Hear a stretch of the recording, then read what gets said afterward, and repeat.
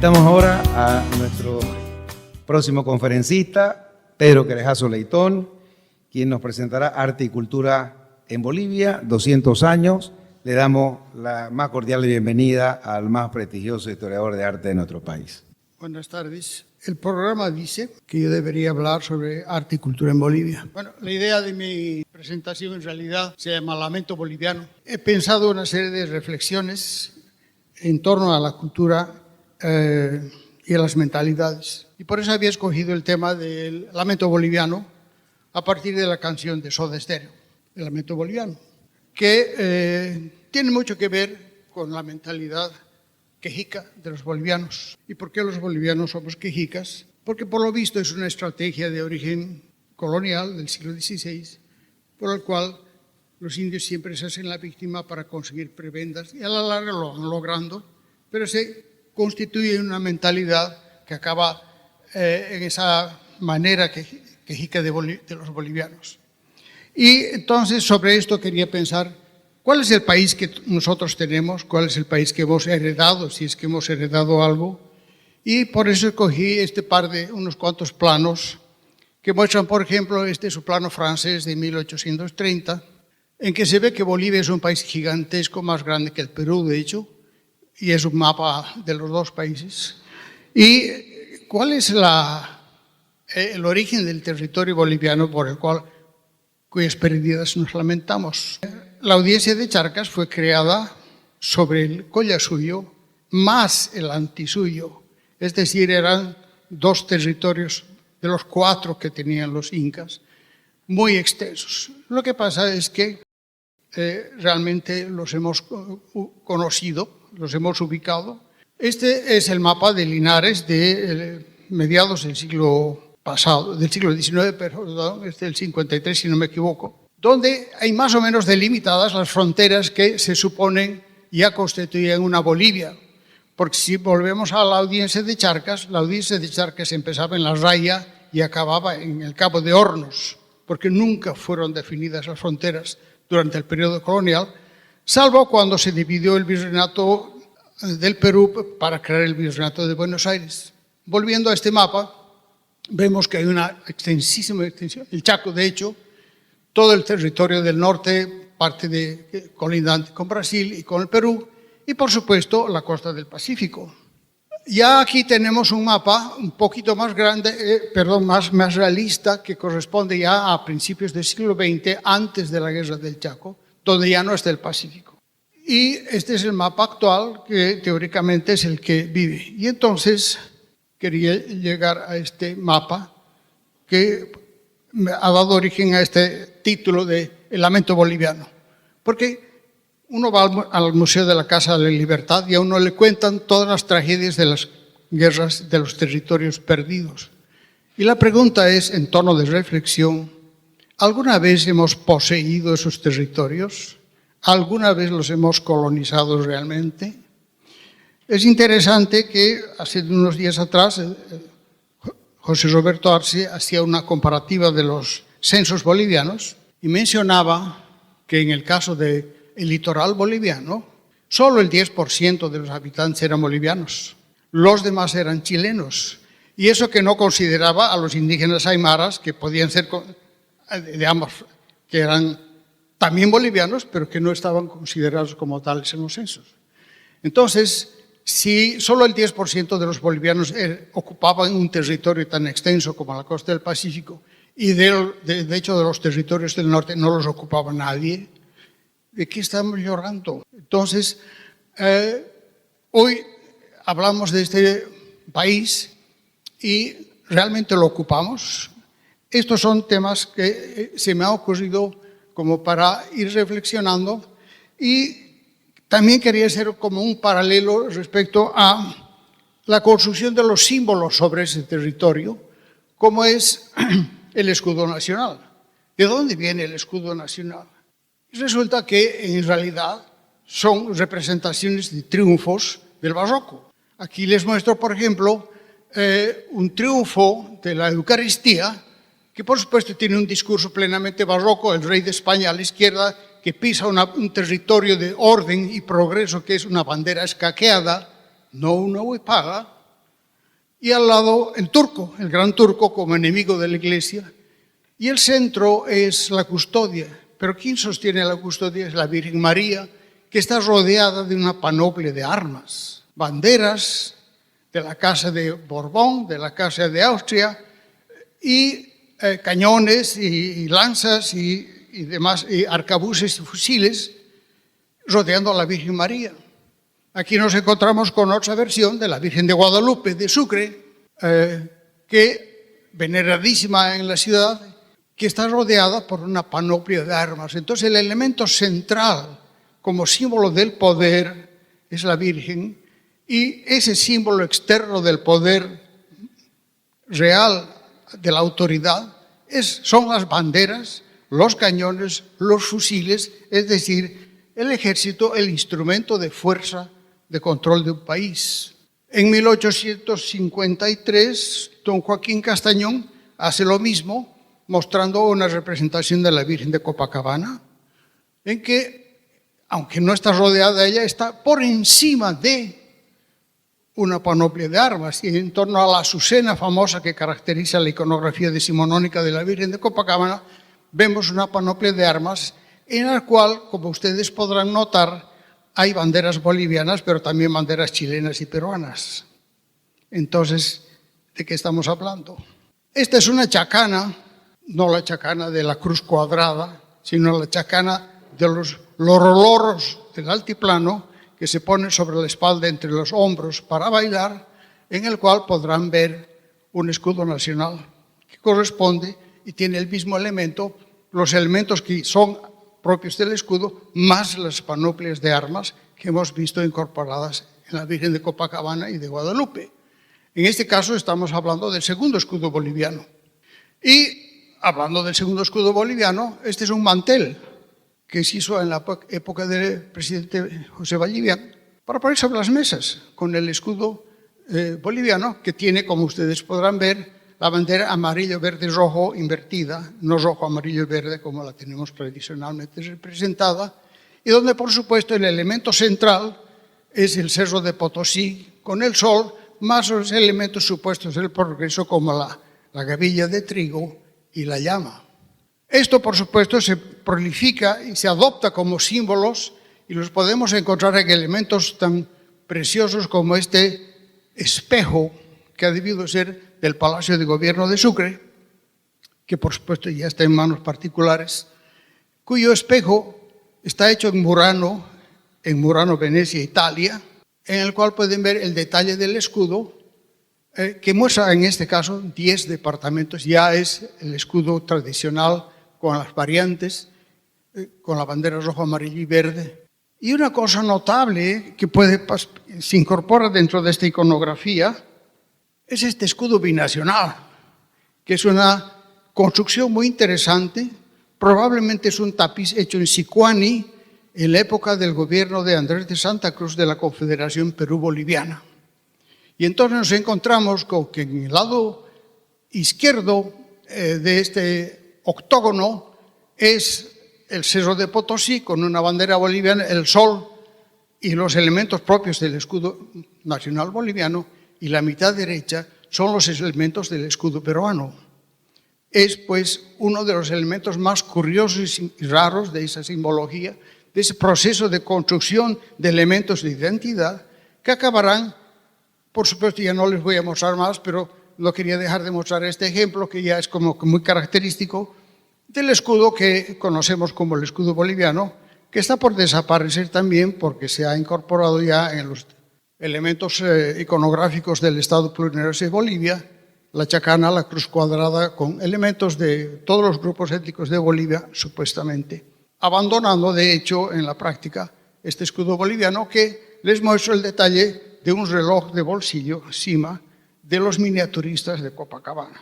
De aquí quería pasar entonces a cómo este país se representa, y en el siglo XIX, a partir de la instauración de esa república, en un territorio no definido, con una élite social que es blanca, que domina sobre pueblos indígenas originarios, o lo que ustedes quieran llamar, que no son cuantificados como Estado, pero que son la mayoría, Y resulta que entonces las representaciones vienen a cambiar radicalmente. Se interrumpe en el proceso de las artes visuales todo lo que era el arte colonial, que estaba básicamente producido por dos poderosísimos clientes.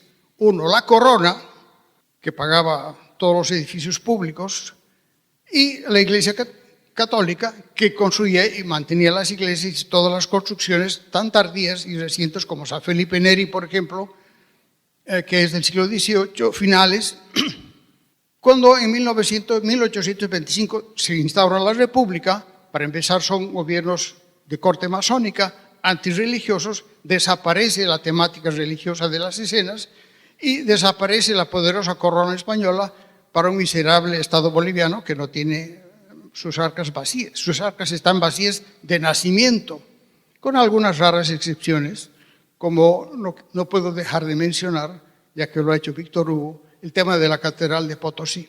Hace un año atrás le oía a Esther Ayllón una disertación sobre la crisis de la minería potosina y cómo las arcas potosinas están vacías cuando se instaura la República. Sin embargo, la Catedral de Potosí se construyó en 25 años porque tenían la plata guardada. Nunca se ha construido una catedral en tiempo tan breve como la Catedral de Potosí, por eso tiene una unidad estética tan extraordinaria, mientras que la Catedral de La Paz, del mismo arquitecto, se han tardado 170 años en construir y no está terminada todavía, según algunos especialistas. En todo caso, volviendo a esto, desaparece prácticamente el gremio de artistas plásticos, el gremio de escultores, ya no hay santos que encargar, no hay pinturas.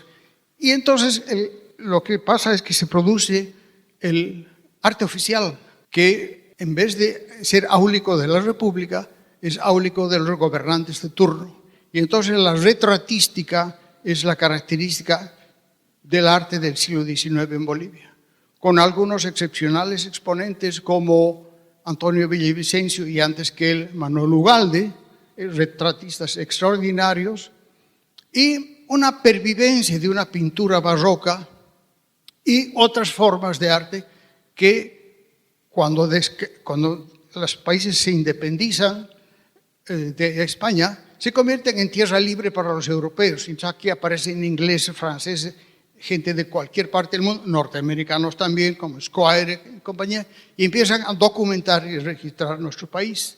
Y aquí vemos ilustraciones de d'Orbigny, que van mostrando diferentes tipos y costumbres, un poco siguiendo la tendencia taxonómica del enciclopedismo ilustrado de las castas, que en México tuvieron gran desarrollo, pero que aquí en Bolivia prácticamente no, salvo algunas obras de Oquendo, de los chiquitanos, de los imogeños o de los indios del norte de La Paz.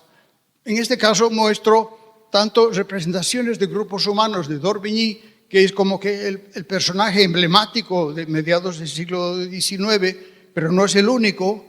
Hay otros como Gibbon, etcétera, que viajan por el país documentando con dibujos, porque era la única manera de hacerlo a mediados del siglo pasado, del antepasado, mejor dicho, hasta que parte de esto es sustituido por la fotografía, cuando la fotografía se puede imprimir. Y eso es más o menos 1890, 1895, cuando se puede imprimir fotografías en libros. Antes, aunque la fotografía es más vieja que eso, no se podía, en términos prácticos, hacer. Y a partir de ahí, un personaje extraordinario, contemporáneo a los que he mencionado, es Melchor María Mercado, que es símbolo de un personaje que siendo él muy culto, abogado de Charcas, investigador y metido a política, por lo cual fue exilado en exilio interior y acabó en el Beni y acabó haciendo una misión por también hasta Corumbá, desde Santa Cruz.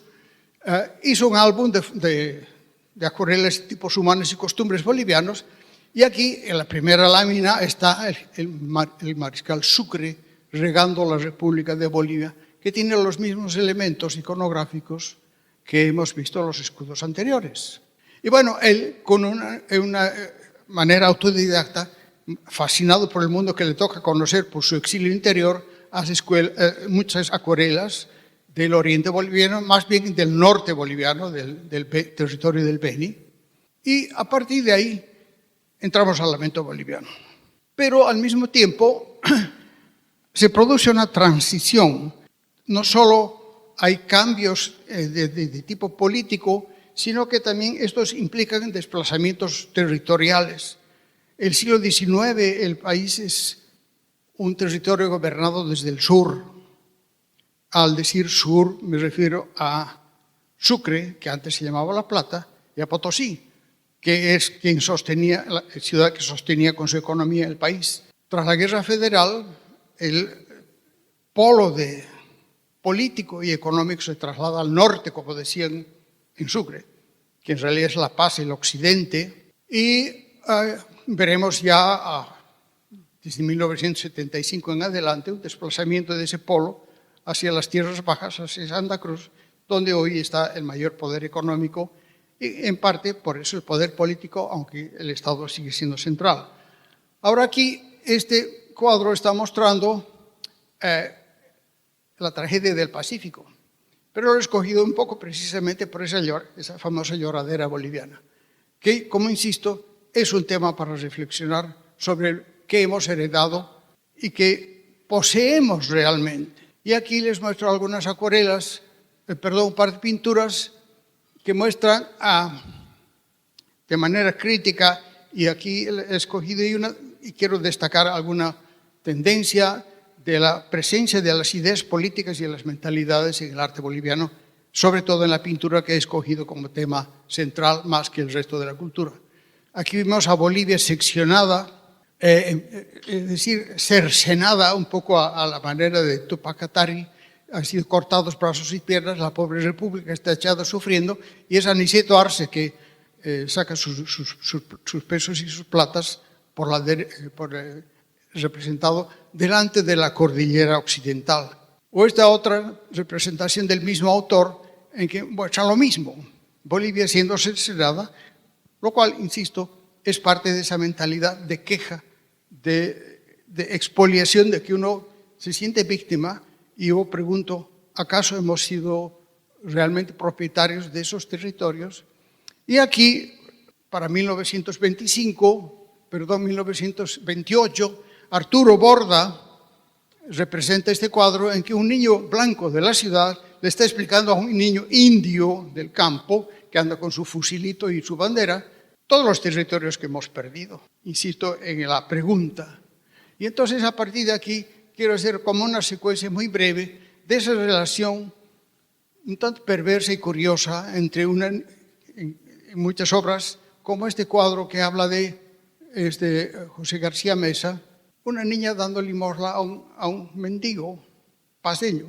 Y a partir de ahí aparece un tema social con una clara intención política de crítica social, como este de Ángel Dávalos o el Yatiri de Borda, que muestra un personaje portiosero, una parapita en realidad, contraponiendo una idea, y eso es una ilustración central de su famoso libro El Yatiri, que algunos consideran la mejor novela boliviana del siglo XX, que no corresponde con lo que son los yatiris callaguayas, que en realidad son sabios y no son míseros mendigos como el que se muestra. Entonces hay una serie de distorsiones y el inicio de una construcción de proyectos ideales como esta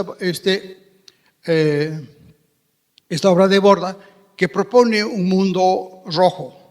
Es el inicio del desarrollo de las mentalidades de izquierda, y estamos hablando del 45, apenas terminada la Segunda Guerra Mundial, donde empieza a producirse la famosa dicotomía del bloque occidental y bloque de la cortina de hierro, que marcarán la ideología capitalista, libertaria, supuestamente, con el bloque socialista soviético chino, que marca tendencias importantes en la pintura, con los pintores de la Revolución, los pintores muralistas revolucionarios como Alandia, como Walter Solón, como Lorgio Vaca, Herminio Pedraza, y en contraposición una tendencia internacionalista que sigue la Escuela de Nueva York, que era criticada por los socialistas de internacionalistas y de alienados Cuando cabe también la pregunta, ¿cuán nacionalista, si se quiere, es la Internacional Socialista?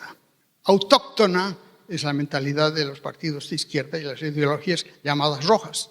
Pero en todo caso, esta es una obra de María Luisa Pacheco que marca el camino de la inflexión hacia el arte abstracto.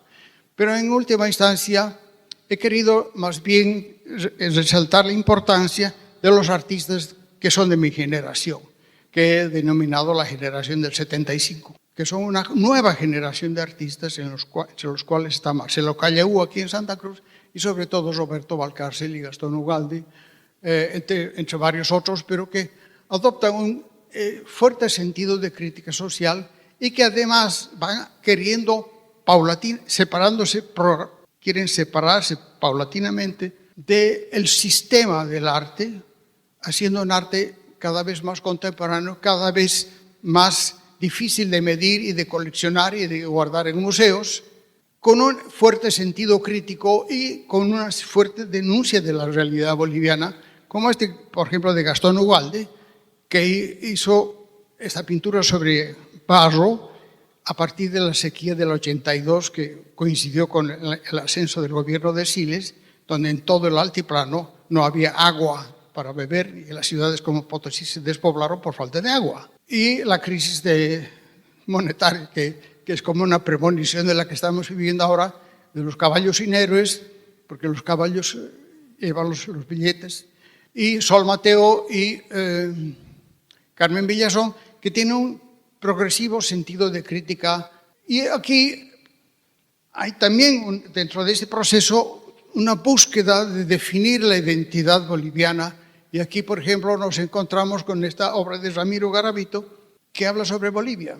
Y entonces pone aquí estas botellas con aguas de colores, rojo, amarillo y verde, pero en todos los interiores tiene fotos de torturados y desaparecidos. O esta obra de El último modelo para el mar, de Alejandro Salazar, que hace esos cuestionamientos sobre cuál es la identidad de los bolivianos, de las personas, de los grupos de género.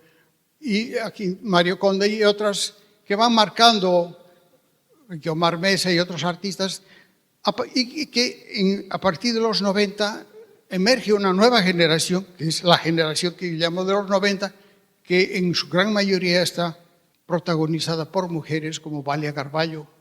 Ahí tienen el título de la obra, Bolivian Artist, ciega, sorda, muda, vestida con la bandera boliviana, que es una muy fuerte crítica, modelo original de la Valia, o las protestas de Leyte que incluyen al Evo, y este es el resultado de las quemas.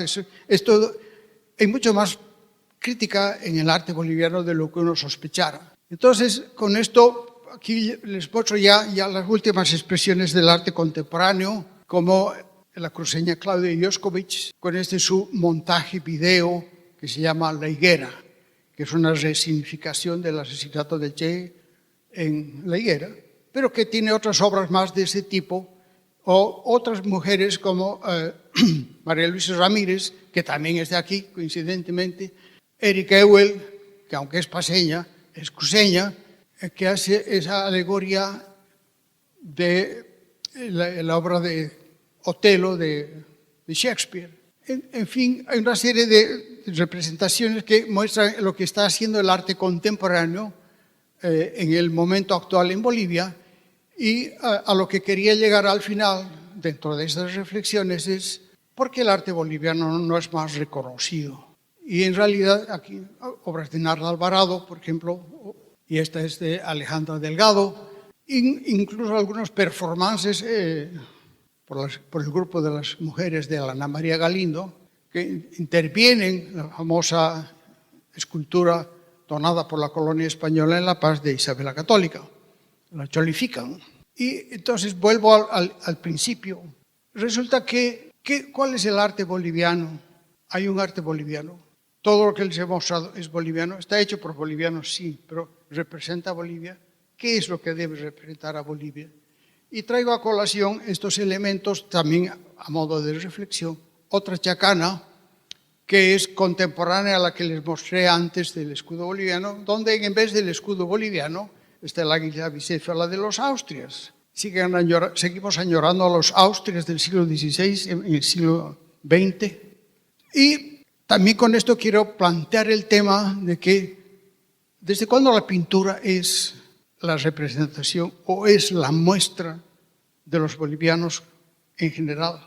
Estas son arte indígena del siglo XVIII, del siglo XIX, del siglo XVII, hechos con plumas. Fíjese ese lleno de tocapus, donde podrán encontrar en pleno siglo XIX los elementos del escudo de Castilla. Ya ni siquiera el escudo de Borbón, el escudo de Castilla del siglo XVI y del XVII, elaborado en el siglo XIX. Y por supuesto, lo que nosotros pasamos por desapercibido, y hemos pasado por desapercibido durante 2 siglos, el arte mayor prehispánico, el textil, que muestra una estética sofisticadísima, iconografías muy sofisticadas y un arte sublime. Nunca se ha tejido un tejido más fino que el tejido incaico del siglo XV, donde en una pieza que se guarda en el Museo del Arco Herrera hay 500 hilos en 1 pulgada de ancho. No hay fábrica textil que haga hilos tan delgados hoy día, pero ellos llegaron el arte a un nivel extraordinario y lo han seguido usando, aunque hoy con la presión de las camisetas que regalan gratis por los equipos de fútbol o las misiones religiosas o lo que sea, se está perdiendo vertiginosamente. Entonces, un poco como fin de esta reflexión y hablando sobre el arte es, ¿dónde se forman los artistas? Durante el siglo XIX no había quien enseñe arte a nadie en un sentido académico formal. Todo era la pervivencia del elemento medieval del taller que se aplicó aquí en la colonia y que durante el siglo XIX, hasta prácticamente el final del siglo XIX, eran talleres privados que enseñaban a los interesados en aprender arte. Y donde aquí aparecen ya las primeras mujeres. La primera mujer que enseña arte en La Paz es Elisa Rocha de Vallivian. Pero en Cochabamba, José García Mesa tenía como su ayudante y colega profesora de dibujo a doña Adela Zamudio, que conocemos como poeta y nadie conoce como artista plástico visual o como dibujante, notable dibujante como para dar clases a la altura y al lado de José García Mesa. Ahora bien, volviendo a los centros de formación, en el siglo XX se han instaurado centros de formación. En 1926 se creó la Academia Nacional de Bellas Artes, que lleva el nombre de Hernando Siles Reyes, que es el que la creó. El 29 se creó la Academia Boliviana de la Historia. Sin embargo, los dos modelos son totalmente distintos. La Academia de la Historia es un cuerpo de iguales, colegiado, que se elige y que supuestamente escoge e incorpora a los mejores. La Academia de Bellas Artes, a diferencia del modelo francés, en Bolivia tuvo una historia triste y sigue teniendo una historia trágica porque no fue un ente autónomo, sino que depende del Ministerio de Educación. Entonces ha sido cooptado hace más de 100 años por los profesores del magisterio. Y bueno, ¿qué enseñan en las normales? A cómo se hace arte, pero no a crear arte. Y ahí vemos los resultados en el arte que producen los profesores de la Academia de Bellas Artes, algunos de los cuales habría que aplazar, o más de uno. Y volviendo a esto, entonces, ¿qué pasa con el pensamiento? ¿Dónde formamos a los artistas? ¿Dónde formamos a los historiadores? Y cabe le pregunta, ¿cuántas carreras de historia hay? María Luisa decía ayer que hay 4. Debería haber por lo menos 9, en mi opinión. De manera que cada departamento mínimamente estudie la historia de su departamento englobada dentro del país. ¿Hay alguna carrera de geografía? No. Antes hay una, ingeniería. Las sociedades geográficas jugaron un rol importante en el último tercio del siglo XIX y en el primero del XX, extendiendo quizás hasta 1950, donde su decadencia ya es casi total, aunque siguen activas muchas, como la de Santa Cruz o la de Sucre. Pero son, en general, sin quitarles mérito, gente que hace las cosas de buena voluntad y sin los conocimientos necesarios. ¿Cómo es posible que no haya una carrera en este país donde se estudia la geografía del país? Y después hablamos de pérdidas territoriales, por eso insisto en el lamento boliviano. Para mí las tareas pendientes son esa construcción de lugares donde se forme a la gente adecuadamente, no solo a dibujar bien, sino a investigar y sobre todo, en el caso de las artes, a crear. Y las escuelas no están formando. Han tenido un pico, incluso las escuelas privadas, como la Zacarías Benavides en Sucre o la de RIMSA en La Paz, o las que se fundaron aquí, que han producido una generación importantísima de artistas, básicamente la generación del 75, pero que han entrado en un proceso de decadencia por el clientelasgo, que es uno de los síndromes trágicos de la cultura boliviana. No hay un pensamiento crítico porque todos somos clientes de alguien de alguna manera. Y entonces, para mí esa es una de las tareas pendientes, aparte del tema de la inclusión y la igualdad social al margen de originarios blancos o lo que sea, genuinos, autóctonos, como los definí esta mañana doña Isabel. Con esto creo siendo consciente de haber estado parado sobre un hormiguero, creo que he meneado el nido de las chihuanas. Espero que esas reflexiones nos ayuden a todos a mejorar este país que todos queremos. Gracias.